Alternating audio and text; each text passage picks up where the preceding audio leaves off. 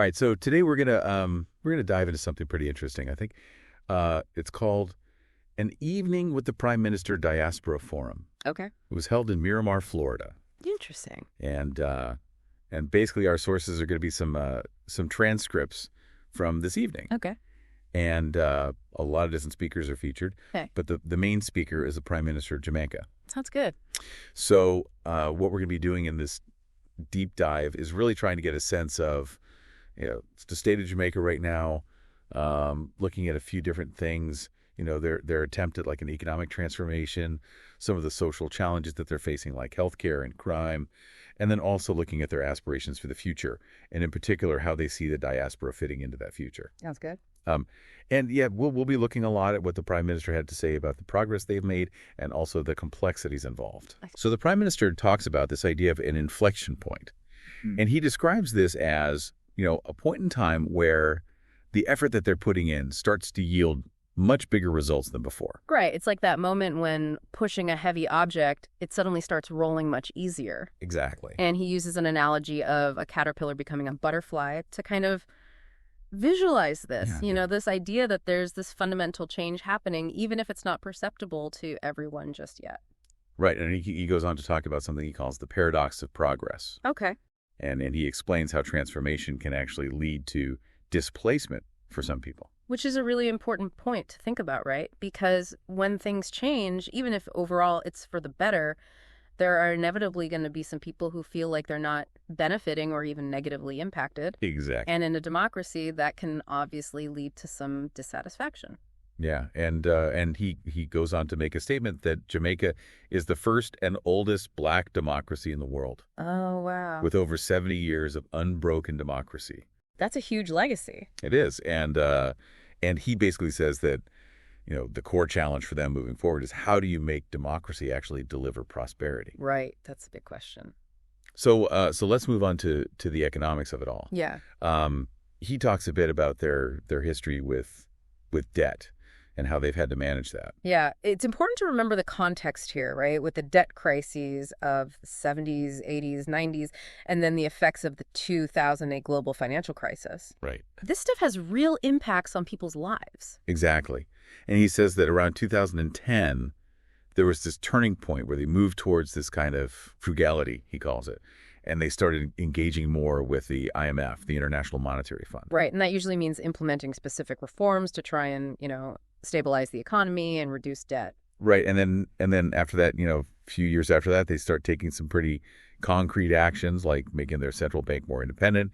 They start doing inflation targeting, so setting clear targets for controlling inflation. And they established this fiscal commissioner to oversee government spending and ensure fiscal responsibility. So really trying to build a stronger foundation. Yeah. And he points to some pretty impressive results.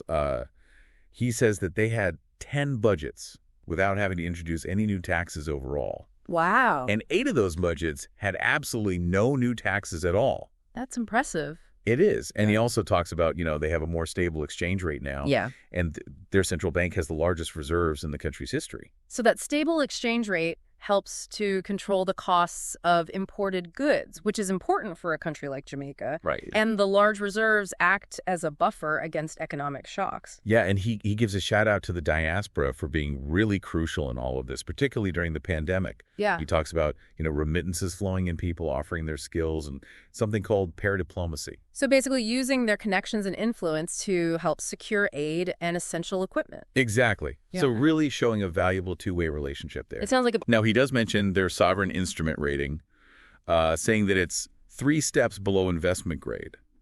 So what does that actually mean for them? Well, think of it like a credit score, but for a country. Oh. It basically tells investors how risky it is to invest in that country's debt.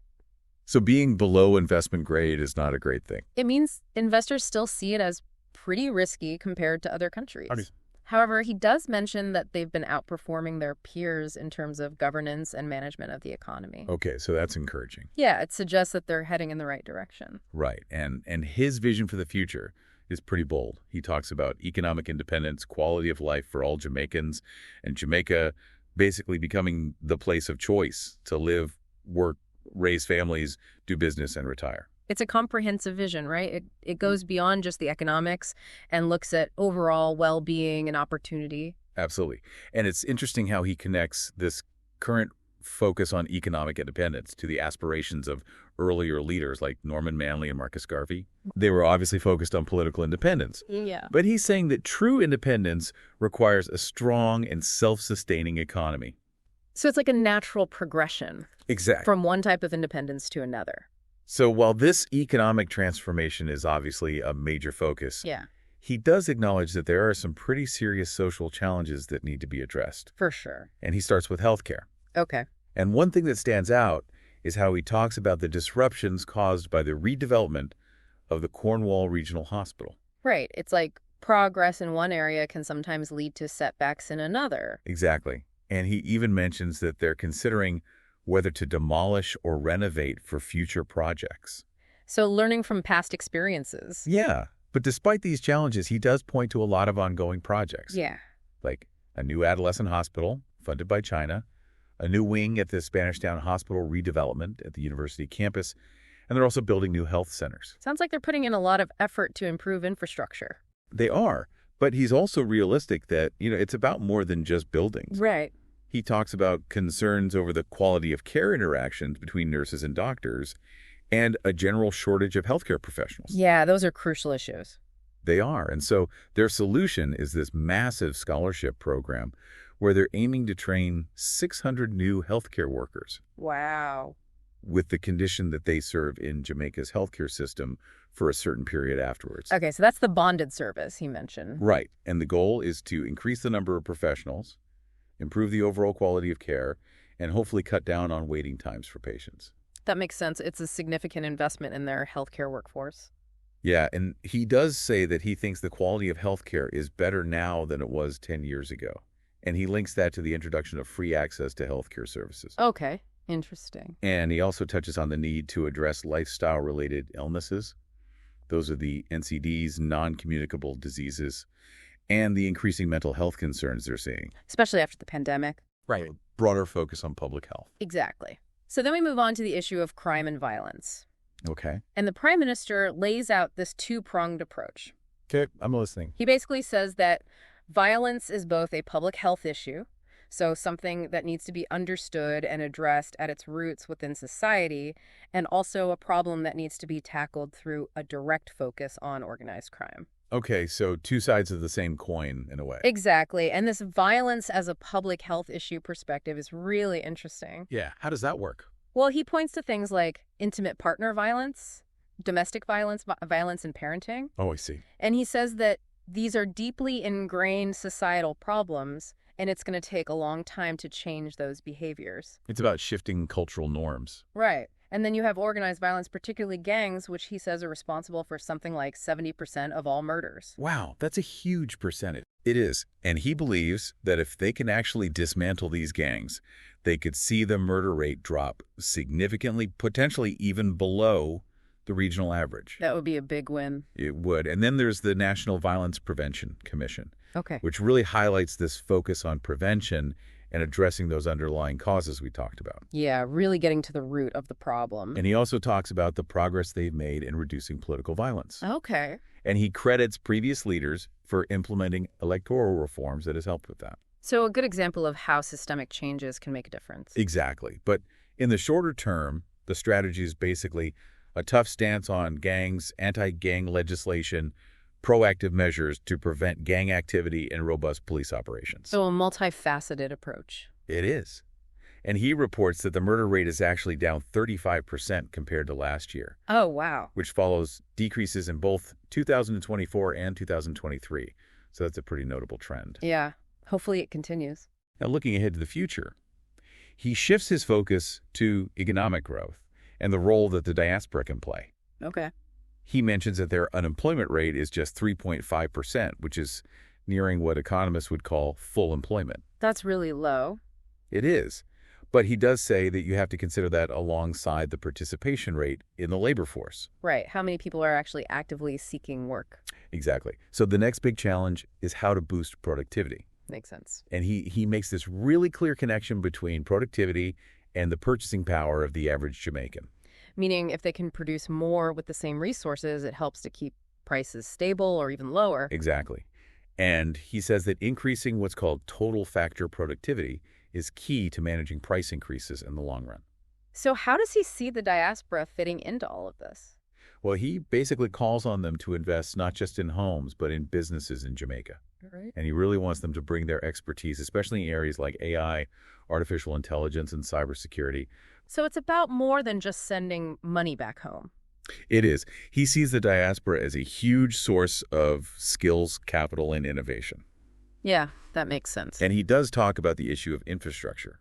Right, because there are visible signs of aging infrastructure across the country. He acknowledges that, but he explains it as a consequence of difficult budgetary decisions made in the past. Right. Where they had to choose between investing in maintenance and funding essential services like teachers, nurses, and doctors. I have choices. They are. But he talks about a new approach to road maintenance. Okay. They're going to start documenting the lifespan of roads and actually plan for their maintenance over their entire life cycle. Interesting. It's through this program called Spark, and he says it's the largest one-time expenditure in this area. So a commitment to a long-term strategy. Yeah, and when asked about the role of the government, he says that their main job is to maintain good economic management. So creating a stable environment that encourages investment and growth. Right. And finally, he introduces the Solidarity Program. The Solidarity Program. Yeah. What is that exactly? So this program is designed to help those who haven't really benefited from the economic progress so far. Okay. This includes people who maybe missed out on COVID grants, those who rely on social pensions, and there are initiatives related to housing, increasing the tax threshold for lower earners, and something called a reverse tax credit. So making sure that growth is inclusive and equitable. Exactly. And the Q&A session afterwards brought up some really interesting points. Yeah. Someone asked about the road lifespan tracking in more detail. Right. And the Prime Minister confirmed that they're using this new system with GIS mapping. GIS mapping. Yeah, geographic information systems. Okay. And financial mapping to create this multi-cycle maintenance plan under the Spark program. So a more data-driven approach. Right. And there were concerns raised about the quality of healthcare services. Yeah. And he acknowledged that these concerns are valid, and he said that he's committed to investigating any issues and ensuring accountability. So taking those concerns seriously. Yeah. And he said that the scholarship program will also focus on patient care and the overall patient experience. That's good to hear. And then education reform was a big topic. Okay. He mentioned that there's a national commission currently reviewing the education system, and he highlighted a program to build 7 new schools focused on STEAM, science, technology, engineering, arts, and mathematics. Okay, so preparing students for the future. Right. And he acknowledged that teachers need to be paid better, but that this has to be considered as part of public sector wages overall. Right. And then, of course, there was a question about driving economic growth. Yeah. And he emphasized the need to prioritize growth and highlighted specific initiatives like irrigation projects in agricultural areas to boost food production. Makes sense. And he also talked about efforts to make it easier and cheaper to do business in Jamaica. So reducing bureaucracy. Exactly. And then pension issues for the diaspora were brought up. Right. And he acknowledged that this is a problem and said that they're going to look into it with the goal of making things easier through bureaucratic reforms. So improving service delivery for the diaspora. Exactly. And they're also working on improving connectivity with direct flights to Africa. Oh, interesting. Yeah, an air service agreement has been signed with Nigeria, and the first flight has already happened. Okay, so strengthening those ties. Exactly. And lastly, he really encouraged real estate investment from the diaspora. Sounds like they're really trying to attract investment from all angles. They are, and he even gave some advice on how to become a registered realtor in Jamaica. Wow, going the extra mile. So to wrap up, it's clear that Jamaica is going through a pretty significant transformation. Yeah. They're tackling those long-standing economic challenges through responsible fiscal policy. They're trying to improve social services like healthcare and address the very complex issue of crime. Right. And they see the diaspora as a key partner in all of this. Yeah, and what's really insightful, I think, is the Prime Minister's willingness to acknowledge the tensions and paradoxes that come with progress. Right. And the commitment to making sure that this progress benefits all Jamaicans. Exactly. It's a complex path, but they have a clear vision for a more prosperous and equitable future. Definitely. And on that note, here's something for you to think about. Okay. Think about those ideas that the Prime Minister brought up, the inflection point, when efforts start yielding bigger results, and the paradox of progress, where progress can sometimes create challenges for certain groups. How do you see those ideas playing out in the changes happening in your own community or your own country? Yeah, that's a good question. What role can individuals play in making sure that progress is inclusive and benefits everyone? Right. And thinking about how the Prime Minister called on the diaspora, what other ways can people contribute to the development of their home countries, even if they live abroad? Those are all really important questions to consider. They are. And this deep dive has just given us a snapshot of the Prime Minister's address and the current state of Jamaica. It has. So we encourage you to dig deeper, explore official government resources, reputable news outlets, and maybe even reach out to Jamaican diaspora organizations to see how you can connect with or contribute to this transformation. There's a lot more to learn. Definitely. So go explore, and until next time, happy deep diving. See.